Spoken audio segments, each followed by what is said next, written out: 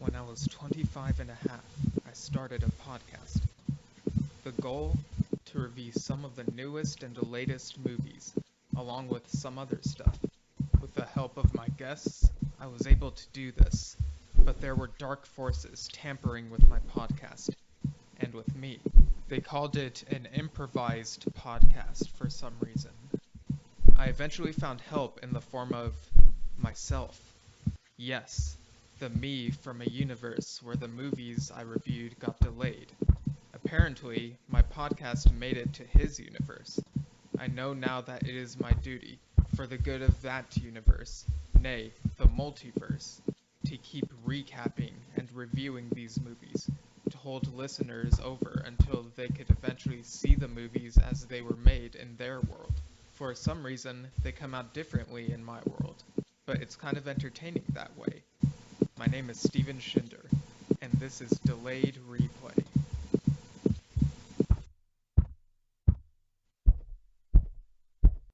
Delayed Replay Nation, welcome to the Delayed Replay podcast, where you don't have to be a movie fan, but it sure does help. I'm your host, Mr. This isn't really a podcast, we're just bullshitting around. Multiverse. The actual host, Steven Shinder. Steven, how you doing? Hey, I'm doing pretty well. Just had some chicken noodle soup, and I have my water, and I feel ready to go. Good. So, yeah, I'll stop. This is your show. Yeah, fair enough. So yeah, this is Delayed Replay, and we review / recap movies that got delayed in that other universe. And I mean, so here's a funny thing about the last episode you were on, Mr. Multiverse, you know, the Snake Eyes episode. Like, on that episode, I mentioned that, like, I think it's coming out on Paramount Plus in that other universe. But apparently it's being released in theaters, which surprised both me and the other me of that universe. I had low expectations for that movie, which is why I thought it wouldn't be in the theater over there. You know, I think the idea was that it was going to be on Paramount Plus, but then they saw how well Black Widow was doing, and they were like, oh, we got to get on this. Right. Yeah, that might have happened. But yeah, anyway, we're not talking about Snake Eyes anymore. We're talking about Spider-Man No Way Home. I almost botched the title because all these movies have like home in them, and it's like, wait, which one is this? But before we get into that, let's talk about our Spider-Man experiences. So, like, what have been your experiences with Spider-Man over the years? Spider-Man's been around for a long time. Like, my first earliest involvement with Spider-Man is, of course, the 90s cartoon. And I actually had a trade. I don't know how my dad got a hold of this, but like a trade of like the collected black suit Spider-Man stories. Nice. Before, you know, the symbiote went to Venom. It was like just a collection of stories. It wasn't really a story arc. It's just, here's Spider-Man in the symbiote costume. And that was really it. And of course, Spider-Man's kind of stuck with me all these years. One of my favorite superheroes.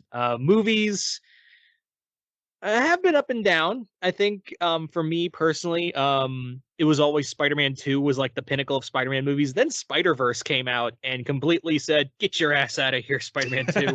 I'm the number one now. Yeah, I agree. Into the Spider-Verse became my favorite, with Spider-Man 2 as a close second. My older brother Alex would watch the 90s cartoon, and I guess I would catch glimpses here and there. But it wasn't until the first Tobey Maguire movie came out that, like, we saw that in the theater, and I think that was the first Marvel live action film I ever watched. And like, I really loved it, and I loved Spider-Man 2.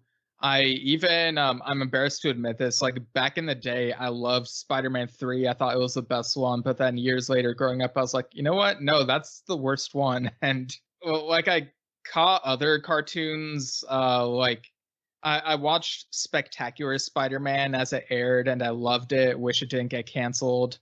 The MTV 2003 animated series I watched way later, and that one is just weird.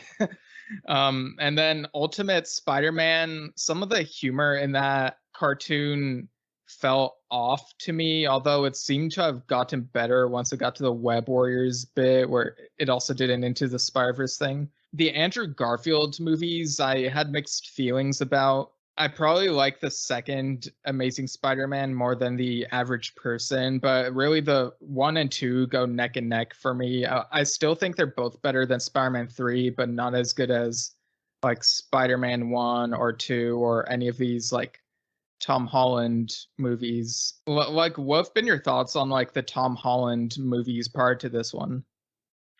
They've been good. I wouldn't say like they've been the best. Like I still find fault in them. But I think like for what we've had with Tom Holland and Spider-Man, I think it's been really well done.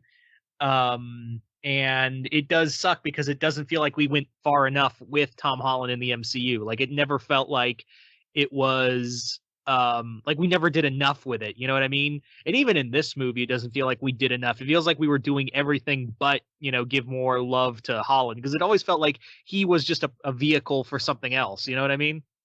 Oh, Like, because of like the Iron Man connections. yeah. It always felt like he's just he's just kind of there to be not like a young Tony Stark or to deal with Tony's problems since Tony's not there. And I feel like sometimes like that was the detriment, especially like when he died, like when Peter died in Infinity War. Yeah, I that just moment was pretty funny. yeah. Um, but humor aside, I think that it still felt like this wasn't like he was the main focus. It was like, let's do everything around Spider-Man and do cool stuff and have Spider-Man there. Like, and yeah. By the Yeah. way, off topic, did you ever see the original Tobey Maguire Spider-Man like teaser? Like when it was him webbing up that helicopter between the twin towers? I don't think I have, but I I know that that the was towers were actually like edited out of the movie because, you know. Yeah, but like I distinctly remember being in a movie theater, seeing that teaser for the Spider-Man movie, and I was like, "Oh."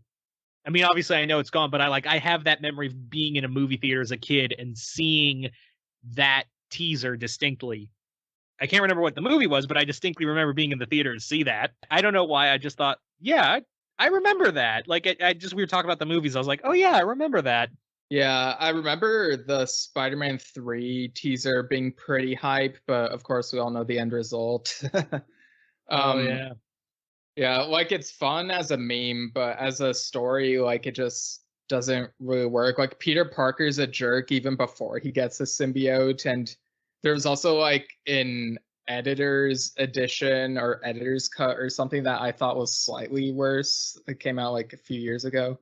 But with Homecoming, I really did feel that, like with the whole like Iron Man stuff, like it kind of felt like the movie was doing too much to shove down our throats that this is part of the MCU. It's like we saw Civil War, we get it, and it's like, but with Far From Home, I thought it was an improvement. It's actually my third favorite. Well, like when I saw it, I was like, this is my second favorite live action Spider-Man movie. So like behind two, but still behind Into the Spider-Verse. And I thought it did a good job of like Peter's finally growing beyond like the Tony Stark thing, although they still interweave a bit of that into his character. And during the like post-credit scene or whatever, I was like the only idiot in my theater who was shouted yes when it showed J.K. Simmons as J. Jonah Jameson. And yeah, like this one, No Way Home, deals with the consequences of that ending where, like, you know, J. Jonah Jameson shows the world footage that Mysterio leaked.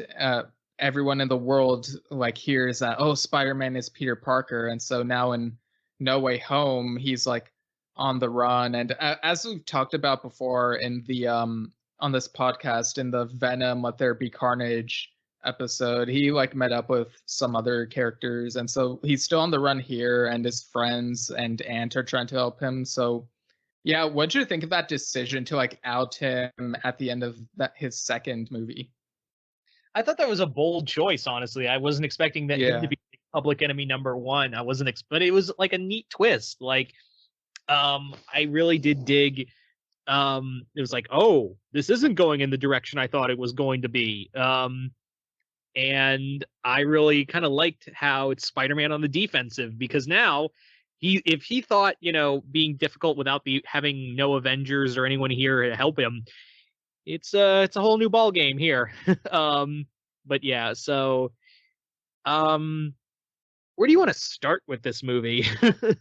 Oh man, yeah, because it's all over the place. Because you hear references to like when he bumped into like Venom and Morbius, but like the main thing is like he's trying to like figure out what to do with himself. But there's also this multiverse stuff because this is like during Multiverse of Madness, and I think we forgot to mention this on the Multiverse of Madness episode, but like Loki kind of had a role in that. It was just there's so much going on that like I guess we kind of spaced it, but yeah, this is like partially the result of like what happened in Loki. But yeah, like where do you want to start? Well, I want to say that we can't break the Spider-Man curse. We can't break a good third movie. We can't have a perfect Spider-Man trilogy. And then again, you got to hand it to Amazing Spider-Man. You can't have a bad trilogy if you don't make a third movie. Yeah, I remember reading someone's post where like their headcanon is that there's no Amazing Spider-Man 3 because like he gets, he goes up against Rhino and then it cuts to credits. And the person's headcanon was that, like after during the credits, like Rhino kills him, and that's why there's no third movie. This movie is really trying to do it because here's the problem is that Sony has a lot of say with the Spider-Man films, even if they're MCU. The problem with that is they try to do way too much in one movie. Like it's too many cooks in the movie. Once again, it was the same problem with Spider-Man 3 and the same problem again in Amazing Spider-Man 2. You'd think after how many times Sony's done this, they'd be like, oh, maybe we should back off and just let them do this stuff. And it doesn't help because it's very clear Sony's like, no, we can be like you, Kevin Feige. We can be like you.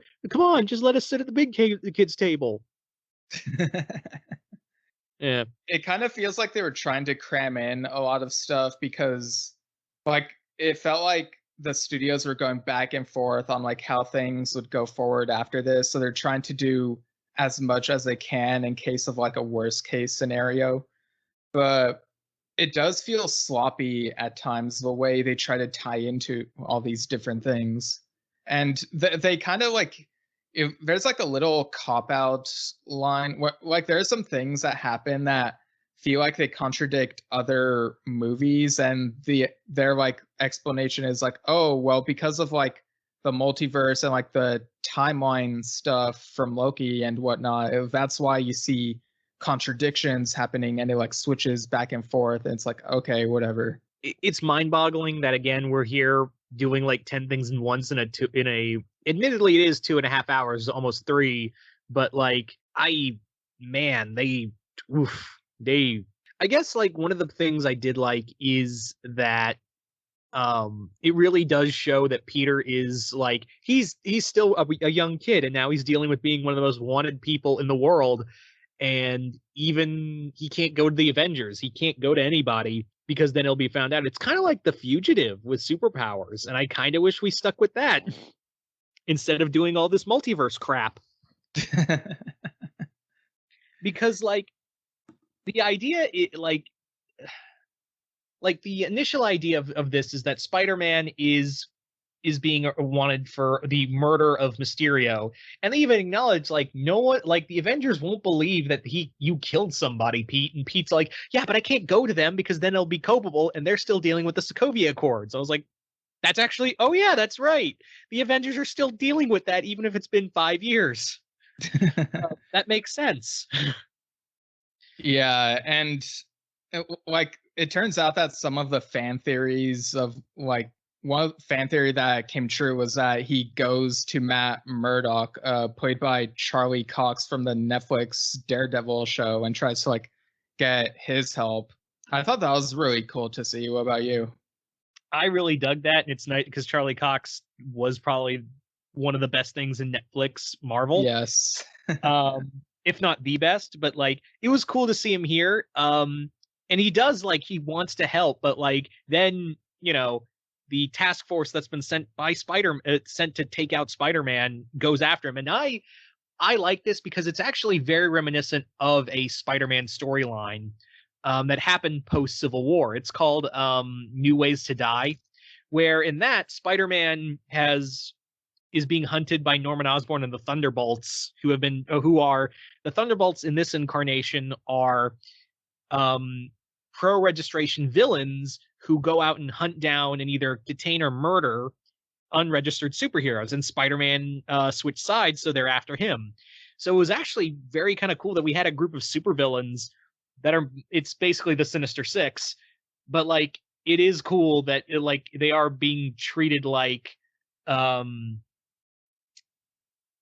Thunderbolts, and they are hunting Spider-Man. Yeah, I really dig like when they try this fugitive on the run type of thing. Like I really dug that in The Incredible Hulk, the 2008 movie.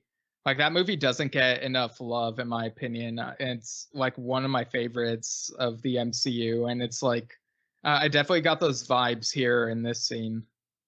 Yeah, I even love that scene where Peter's like, "Oh man, how did Bruce do this for 10 years?" Yeah, that was a nice little shout out. Do you want to talk about Task Force 6, as they're called? It's the Sinister Six, but they call it Task Force 6. Yeah, that was like a weird name. Is that something in the comics, or is that a weird movie thing? That's a weird movie thing. Like it's Okay. clearly supposed to be the Sinister Six. I was like, just call it the Sinister Six. I don't need this, MC. You're better than this. I'm still mad at you for Taskmaster. Why are you doing this? Right. Yeah, Taskmaster could have been better in that Black Widow movie from last year, I guess. But yeah. But the Six. Do you want to talk about the lineup? Because it's all like Spider-Man villains. Like you have Scorpion here. You have Matt Gargan in the Scorpion suit. We did have Matt Gargan at the end of Homecoming. Yeah, at the end of Homecoming, he's in the Scorpion suit. And they're like, and Spider-Man's like, who gave you that? Like, who in their right mind gives you that? And he said, a little gift from Jameson, which is true because in the comics, Jameson did help make the Scorpion. Right. Yeah, so I was like, oh, that's a neat little nod. I'm surprised he's not being, Jameson's not being arrested for something for inhuman testing, but we'll ignore that right now. That always boggled my mind. I was like, wait a minute. He funded making a supervillain, so why hasn't Jameson, even in as much as I love J. Jonah Jameson as a character, he's probably my favorite Spider-Man supporting character. I was like, you never answered for that. You made a supervillain, dude. You even made the Spider Slayers. But anyway, yeah. I digress. I'm sorry. I'm getting off topic. But Scorpion, it was really cool. Then we had Morbius. So it was nice to see that little tie there. Morbius. Yeah, like going against Spider-Man, and like they don't really mention like what's happened between, because again, they're like doing too much, and so they don't have enough time to explain. But we're supposed to assume that like the timeline and multiverse stuff is sort of making things weird, I guess. But yeah, Morbius is part of this. The closest we get to this is that Pete goes, "Why are you doing this? We were allies. Like I thought you were on my side." And he's like, they found a way to cure me, and all it's going to cost me is your blood. And he's like, all right, that's happened before. I'll accept it. We had Vulture come back. Yeah, that was expected.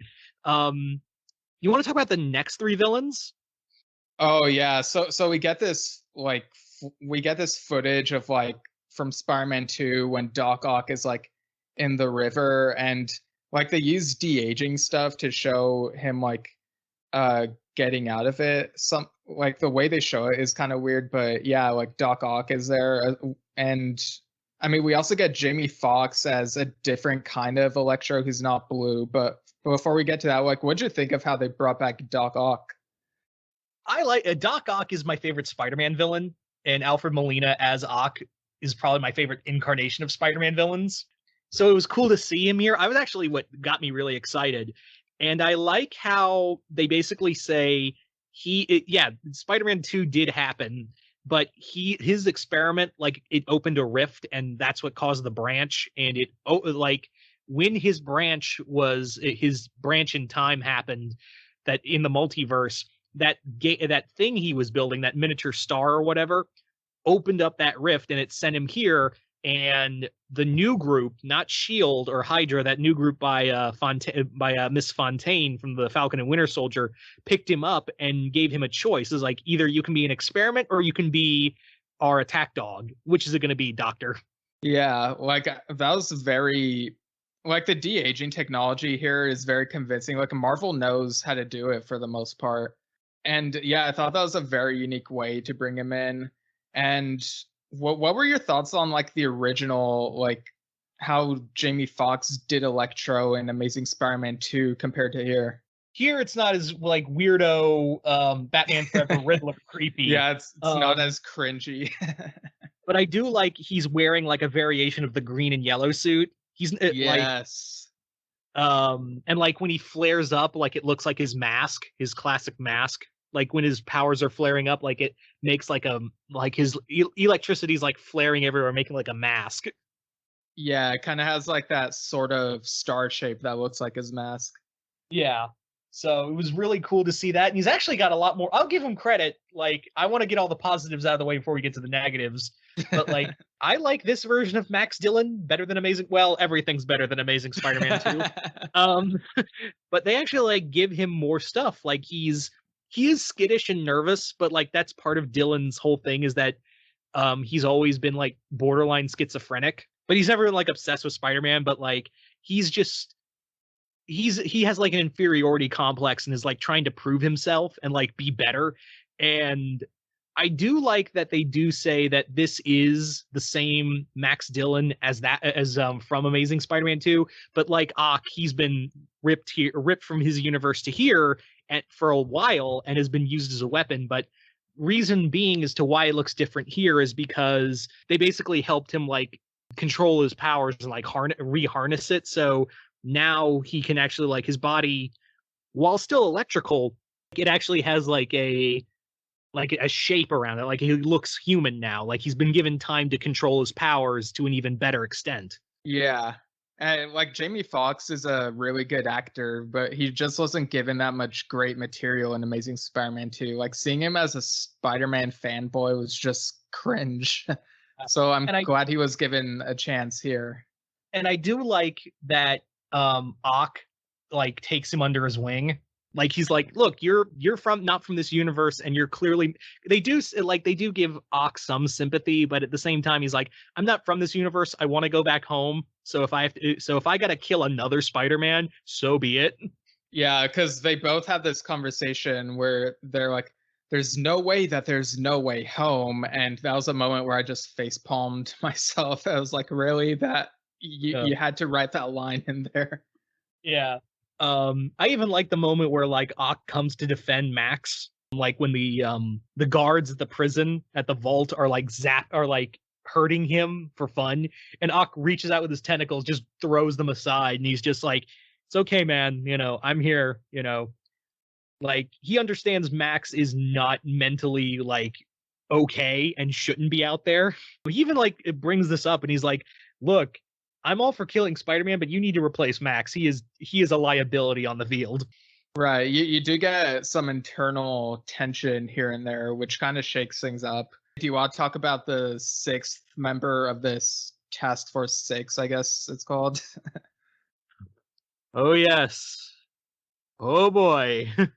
Do you know how much he sacrificed? All of it? We must avenge him. Okay. It's Willem Dafoe, Green Goblin. Like, right. Yeah. I was trying to remember the Thanos line, and I don't even know if I got it right. But yeah, it's Willem Dafoe, Green Goblin. Yeah. Wearing the classic suit. He's got, like, the rucksack and everything, and the classic pumpkin bombs. And I'm like, oh. And even, like, to quote Willem Dafoe, oh. I really dug that, like, people said, like, because the original thing with Sam Raimi was that he always said that he wanted to use the classic costume in the original movie, but it didn't look goofy to a lot of the executives. And I was like, doesn't look goofy now. What did you think of seeing the comic accurate costume? Yeah, I was surprised that they found a way to make it look good. Like, You know, the MCU sometimes is able to get so those ridiculous looking costumes and adapt them to a way where it makes sense. And yeah, like he does really look like a goblin, but with the purple hat actually looks good on him, and it's like, yeah, this is the Green Goblin. And of course, you know, it's funny how like maybe we've talked about this before, but how in like the Raimi films, like you would see a Norman talking to his reflection, and it's reminded me of like the Evil Dead movies and how like, you know, there'd be an evil Ash in the mirror, and so it's like, oh, okay, we got evil Norman Osborn here again. It's like, yeah, it's kind of weird. Yeah. I like that they make him the field leader of this group because excuse me, Norman has never been a part of the Sinister Six. So it was kind of cool to see him in this incarnation, and like it makes sense, but at the same time he's like not only the field leader, he's like the one bankrolling it all, and like he's the only one not in prison. And they also like they make the whole thing of like, oh, the Green Goblin is like a hidden convict or whatever, but it's like, no, Norman Osborn is the guy running the vault, the new like warden, I guess you could say, and he's secretly the Green Goblin, playing into the classic Spider-Man comics of the Green Goblin was originally a mystery of who it was. But it is so cool to see, you know, Willem Dafoe be Willem Dafoe. Yeah, he's such a great actor.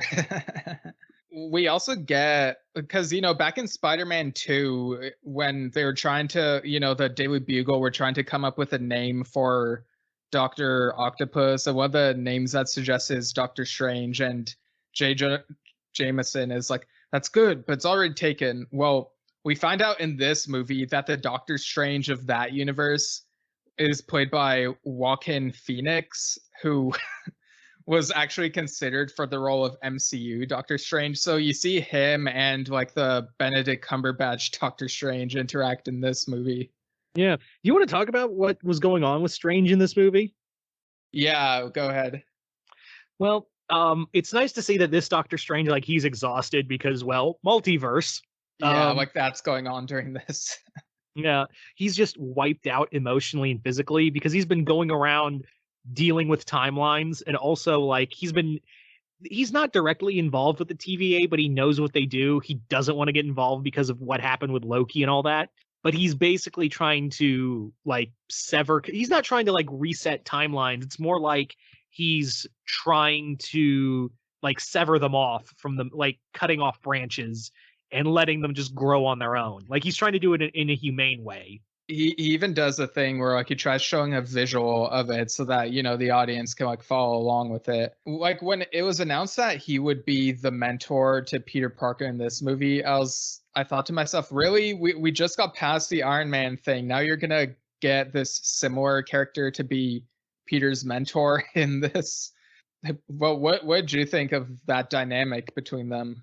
I was just kind of like, can Spider-Man just be Spider-Man on his own? I mean, I'm all for Marvel team up, but like, yeah, I don't need all the older superheroes like talking down to Peter. At this point, I think he's got this. Wasn't the whole point of Far From Home was that, yeah, was the whole point of it was to go, oh, Peter's really got this deep down. Yeah, and then they just go back on it, take a step back. I do appreciate that they at least insert a flashback finally of like a time when Peter talked to his Uncle Ben, who's played by Jason Alexander in this flashback. And like in the flashback, he finally says, with great power comes great responsibility. And it's like, yes, freaking finally. Like, why were all these movies like tiptoeing around it? Also, of all people, Jason Alexander is Uncle Ben. Like I almost had like a mini aneurysm seeing that. Yeah, well, I mean, I think the working title for Far From Home was Summer of George, because I think the inside joke was that, you know, on Seinfeld, George Costanza, Jason Alexander's character, wanted to date Marissa Tomei, who plays Aunt May, and she appears in Seinfeld. But yeah, like I guess they just decided to go along with that joke in this movie. Yeah. I'll give him credit though. Alexander's a decent Uncle Ben. Like I was actually like, huh, he's not. I mean, I hate it, but like he's working with what he got. He's not Yeah. awful. He's not trying to be like, haha, I'm Jason Alexander in an important role. It's more like I'm Jason Alexander and I'm trying and I'm actually like pulling my ass off here. Yeah, I mean, outside of Seinfeld, he's actually done roles here and there where he seems a bit more genuine. He's not playing the idiot or whatever. Like if I ever met Jason Alexander in person, like I know he's kind. I think he and Wayne Knight are kind of tired of like people referring to them as like their Seinfeld characters. So like if I ever met Jason Alexander, I would be like, oh man, I loved you in Malcolm in the Middle, you know, that one episode he was in, or like, oh, you're so great in that one episode of Everybody Hates Chris. I would mention these like obscure things he's been in that he's not the most famous for. Heck, even that horror movie The Burning that he was in back in the early 80s, that was a trip when I watched that movie a while back, like seeing a young Jason Alexander. I personally am like, again, I don't think he was the first choice for the role, but like at the same time, I was like, he's not bad. Like he taught like him and Pete. He's talking to a younger Peter Parker, 8 years like an 8-year-old Peter Parker, and he's like, and Peter tells him, you know, I want to be a superhero, and because obviously it ties back to like the little joke that Tom Holland had of that kid that was in Iron Man 2 that's supposed to be Peter Parker.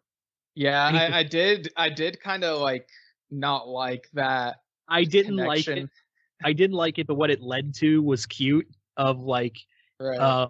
they were at the Stark Expo and they're leaving. He's like, I want to be a superhero like Iron Man, and Ben goes, you know, I know you can be whatever you want to be, and I'm not saying you can, but like, there's a lot of things I wanted to be. I didn't, but then it's all the things you didn't think you wanted to be that turn out to be the best things. Like he says, like, for the longest time, I wanted to be a football player. And he's like, but you're too fat to be a football player, Uncle Ben. He's like, yeah, I know. And he goes, but that is like, so I decided to be a water boy. And if I was not a water boy, I wouldn't have met your aunt on the cheering squad. Yeah, that was a cute story. And then like it fast forwards a bit to Peter like at the hospital. You don't see it, but like it's a pulling away shot, and you see it starts with his he's just tearing up with Aunt May on the ground crying while it's pulling away with all the like people just running around in like a emergency room. So you don't need to see it, but you already know what happened. Yeah, it's kind of like how like the Batman didn't even need to show us the like shooting of Bruce's parents. Like it's like, yeah, we know. Yeah, it's been kind of weird because like ever since Tom Holland and I guess Kevin Feige said that thing about that Iron Man 2 connection, I've been like, okay, but like why is that not mentioned in Homecoming or Far From Home? Like it's almost like it wasn't really a thing in canon, but like I guess this like really like drove that home finally. And you know, I did roll my eyes about it, but if it brings us Jason Alexander, Uncle Ben, then like, you know, it's a give and take, so I'm fine with it ultimately, I guess. Yeah. I've run out of good things to say.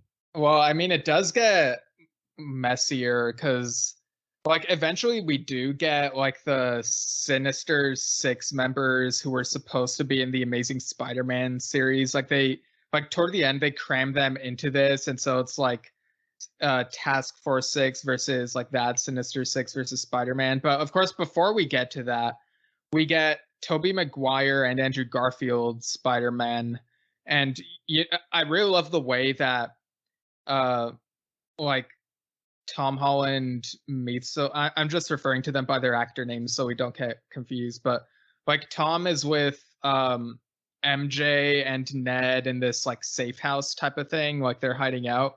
And then there's like a knock at the door and they're kind of hesitant. Like there's this hesitation from them to answer it. But ultimately they try to like get ready to fight in case they need to. But then they open the door and you hear pizza time, and it's Tobey Maguire with like pizza box, but he's also like, he reveals himself to be another Spider-Man. And then like Andrew Garfield comes in and is like, hey, I think we need to talk about a little thing we all have in common. And so, yeah, what'd you think of their meetup like at this point? Yeah, it was kind of like, oh, you're finally here. I didn't want this to be Spider-Verse, the live action movie. Right. I was just like, oh, so we're just gonna have this Spider-Man not even have like his own story. It's going to be him with Doctor Strange, and on top of that, we have a bunch of other Spider-Man because we got Tom Holland with Tobey Maguire and Andrew Garfield. I don't know why I sound like an idiot, yeah, just Rugrats. Yeah. I hate this. I hated this, and I was like, maybe I'm because I was like, we did this before with Spider-Verse, and it was golden. I don't need a live action version with two actors who clearly don't want to be here, because it's very clear in the acting that Maguire and Garfield didn't were here for the paycheck. Even though Into the Spider-Verse was like, there was no way this was going to surpass that. Me and lots of other people still really wanted this, and so I guess I can't complain too much because it's like, yeah, I asked for this, and so even if it turns out not as good, it's like, well, at least we get it. But you can tell that they're phoning it in at times. But yeah, it is what it is. I guess I'm not super upset about it, but it can definitely be a lot better. Like, especially the plot could have been less messy. Yeah. Now there were before I get back to because I got some things to say about Garfield and Maguire. Yeah, the cat. No, I'm kidding. Andrew Garfield. Yeah. Yeah. There were some cool cameos because this is a Spider-Verse live action. Like, we got a cool, because the whole thing we find out is that Norman Osborn's been exploring the multiverse and killing Spider-Man throughout the multiverse on the side. The organization he's been working for, like the new government organization that with Fontaine, they're like basically exploring multiverses, and he's been going out on like a side to like kill them. And one of them is like Nicolas Cage as a live action noir Spider-Man. And I was like, oh, that's cool. Yeah, and he even rides a motorcycle, which I guess is a little reference to the fact that he played Ghost Rider. Yeah, I like that. Although he does get brutally murdered. Like, it's a shadow shot of like Goblin just taking his glider and decapitating that Spider-Man. Yeah. There's also, I even like how they reference the voice actor Spider-Man, like Josh Keaton and Christopher Daniel Barnes are playing a pair of cops. And I didn't know this until I looked up, like, oh, that's who they are. Because I was like, wait, those two guys sound familiar. And it's like two officers that are investigating the hunt for Spider-Man in like one of his latest fights with Task Force 6. And it's like, oh, wait, I know those voices. That's Josh Keaton and Christopher Daniel Barnes, who played Spectacular and 90s Spider-Man. Oh, damn. You just blew my mind. Like, I didn't hear about this, but that's amazing. Yeah. I mean, they aren't playing Spider-Man, but I was like, oh, that was a neat little nod to the animated shows. Yeah. Really hate, like, they basically kind of throw over, like, where have you been all this time? And it's like, they reveal that Garfield and Maguire Spider-Man have been dumped here during this whole War of the Multiverses, because their multiverses get killed. Like, they're destroyed. They say, we don't know what it was, but it destroyed them. And there were refugees, essentially. And I was like, oh, so Kang destroyed their timelines. I think that's what they were trying to infer, is that it was Kang who destroyed their universes. Yeah, and it kind of poses this question of like, I mean, with comic book stuff, I expect things to get reset the way they were, or maybe like parts of these different universes will become part of one universe or something, kind of like Crisis on Infinite Earths kind of did. But yeah, I don't know like what they're gonna do with this. Like, I feel like when it eventually gets resolved, like, I don't know when, I feel like there will be like a reset where like there won't be as good of a flow between things, where it'll be like, oh, some stuff happened in these movies, but now the stuff in these other movies are kind of just normal now and don't really flow from like the movies or shows from before. And yeah, I don't know. Yeah. It also doesn't help that this movie like basically like says like, oh, what have Maguire and Garfield been doing in their respective universes post their movies? To which they explain that, oh, why Norman Osborn's still alive is that they took the whole stupid story arc of that Norman Osborn survived the Blades and joined this cult in Europe. That was an actual thing in the Spider-Man comics. Oh wow. And it gets worse because they even reference that he and his Mary Jane were going to have a baby, but then when they delivered the baby, Norman had it kidnapped and murdered. And again, that was in the comics. I was like, oh, so we're doing that storyline. Well, at least. And then we get to Garfield, who explains like he was in the middle of dealing with a clone of Gwen Stacy. I was like, oh, don't do this. Don't do this. And he was dealing with the clone saga. I was like, who? That's for all of 3 people who like the Clone Saga. Begun, the Clone Saga has. It does feel like they're trying to cram in too many references. Not only that, not even good references. Like those are terrible Spider-Man storylines. Right. Like, was this just them just, oh, we have these cool Spider-Man references? Like, these aren't good Spider-Man references though. Right. But I mean, what'd you think of how like it looked when like everyone was fighting each other? Like, because we've seen how Infinity War and Endgame are able to do it, and I think it works there. But how'd you think of how it all looked here? Man, there were some great fight scenes in the other 2 movies. Where was that cinematographer? Yeah, like it was like too shaky at times here, right? Yeah, like there wasn't even a good fight scene in any of them. Like everything was like shaky. Did they just fire whoever was on the cinematography group and replace them with somebody else from Michael Bay's team? Yeah, it was almost like they put the camera on like a web because they're trying to like emulate that thing with like Spider-Man or whatever, and they're just trying to see if it would work, like just swinging it around, but it's just pandemonium and it's dizzying. It's like, why are you doing this? Yeah.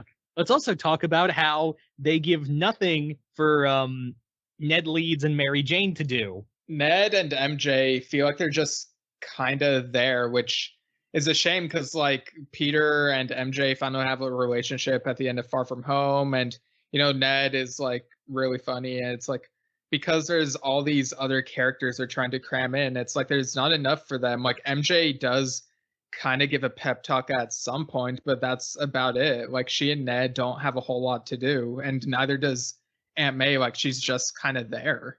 Yeah, the other thing is like we never get like a moment where like Toby or Maguire or Garfield Spider-Man are talking to Holland's Spider-Man and like, hey, so you have a great thing going on. My wife divorced me, and Garfield Spider-Man, his girlfriend died. And he's like, and the only thing we get close to that is that Holland Spider-Man goes, he's on the phone and goes, hey, MJ, and Maguire goes, oh wait, you have an MJ? I have an MJ. And Garfield goes, who's MJ? Yeah.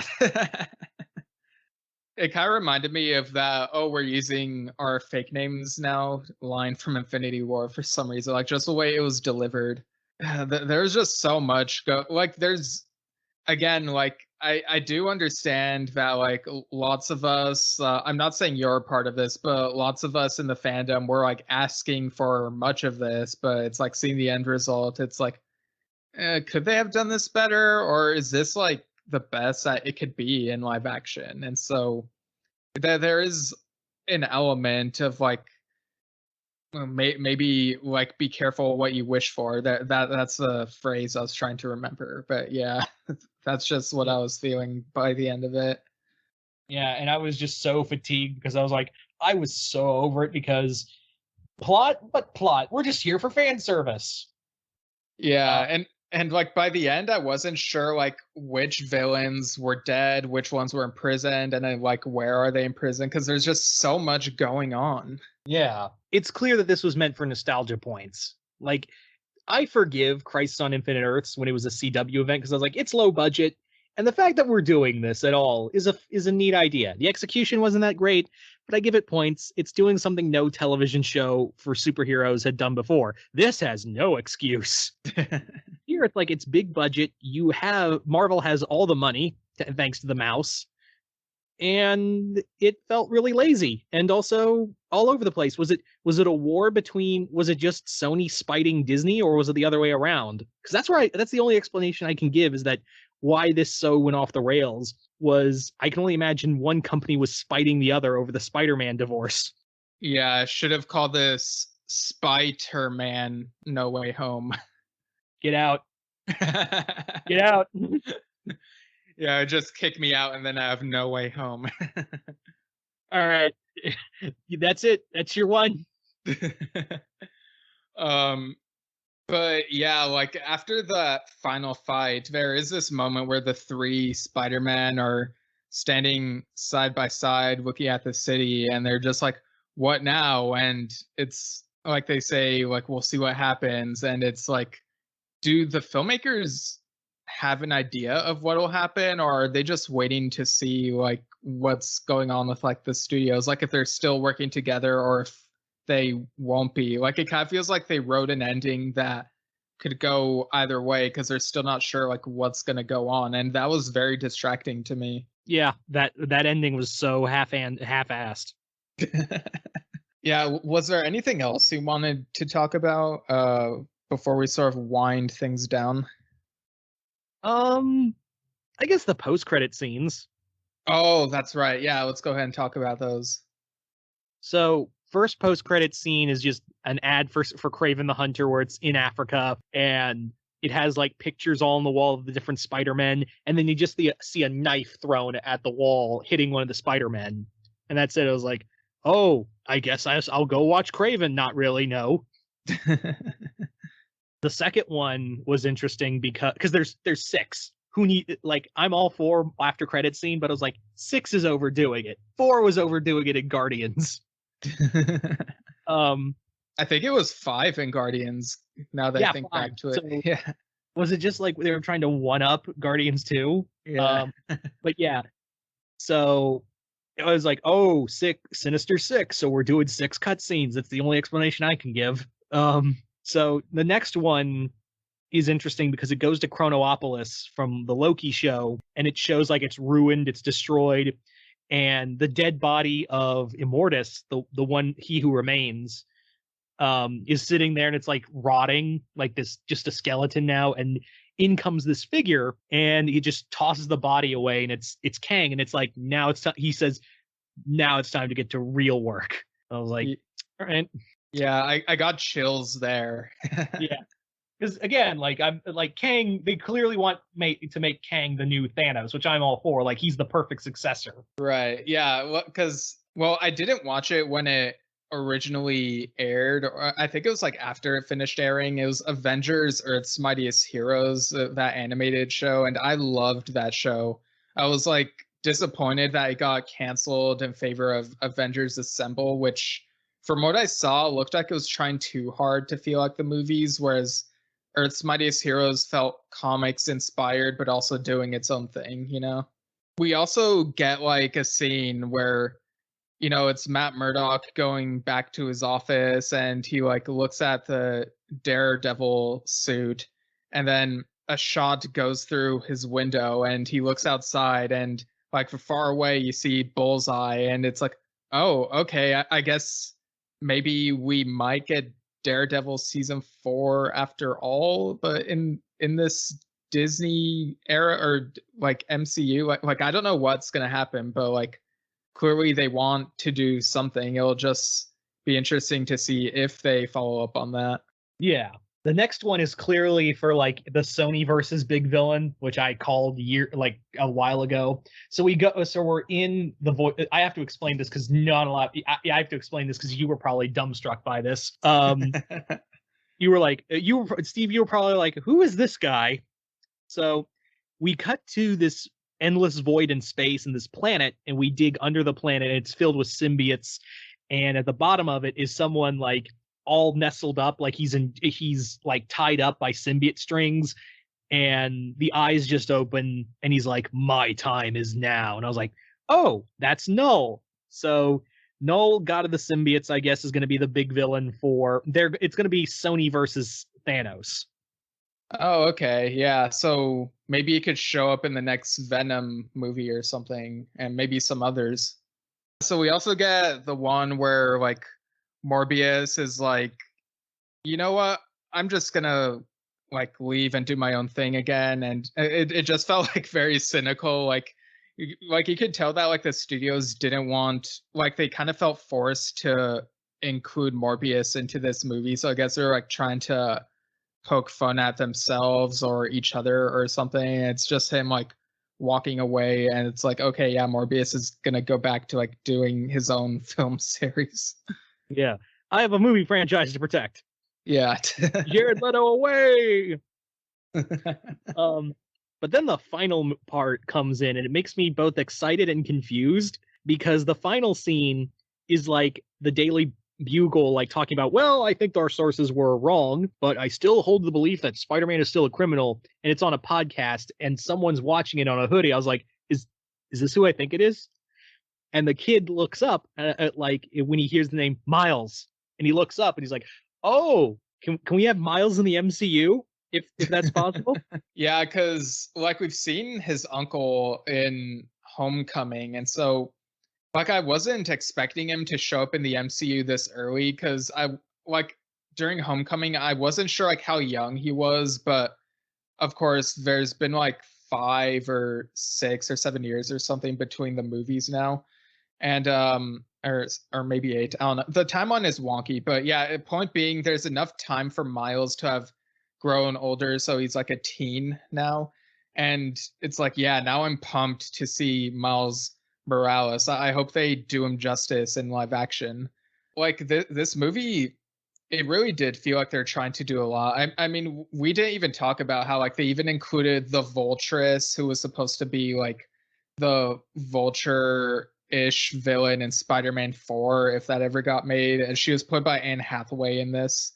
And Tom Holland's brother Harry also had like a cameo as a drug dealer, which was kind of funny, but it's kind of like blink and you miss it.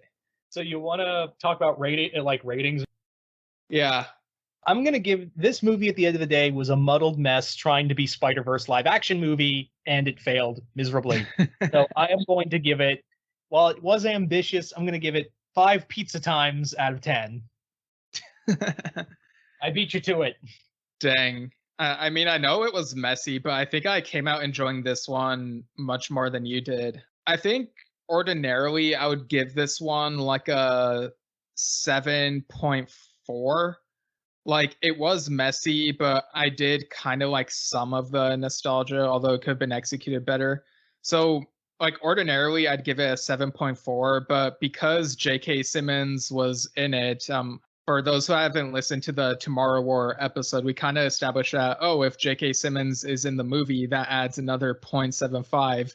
And since we have like 2 of him in this movie, like we have the 2 J. Jonah Jamesons arguing with each other, which was really funny. That's an extra 1.5. So altogether, I give this 8.9. I want pictures of Spider-Mans. All right. Before we head off, let's read this review that a friend of mine sent in for a delayed replay. So it looks like this was posted about a week ago, like last Sunday, and this was before I recorded the previous episode. But I don't know if it showed up before then, but so in any case, I guess this is kind of a delayed reply. So if you want to email us, email delayedreplaypodcast@gmail.com. Yeah. But the review is on Apple Podcasts. This is from Jesse Bennett, no relation to Austin Bennett, who was on the Tomorrow War episode. He says, mid-season 1 review. I'm a little late to this one and only 5 or 6 episodes in, but I thoroughly enjoy the reviews Steven and guests give for these movies. Anxiously awaiting the day I can watch these movies in my universe. And he gave the podcast 5 stars.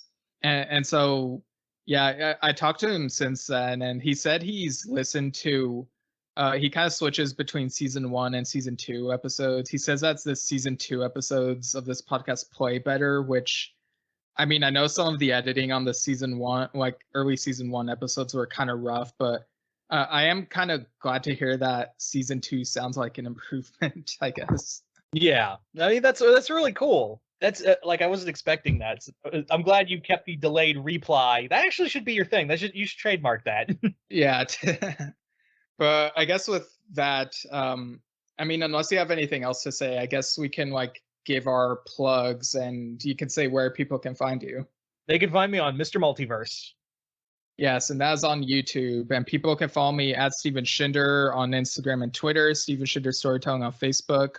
I'll put links to other things I'm involved within the show notes. Find my book at stevenshinder.com and Amazon. More info to come for the next one. And you can also find Yes Shift, the podcast that me and my dad made about the band Yes. We ended up adding the letter F into it, so that's not the other word. So that people don't get confused and think we're trashing the band. We actually love the band. So yeah, it's called Yes Shift, and you can find that on many platforms. And yeah, I think that'll do it. Without further delay, have a good day.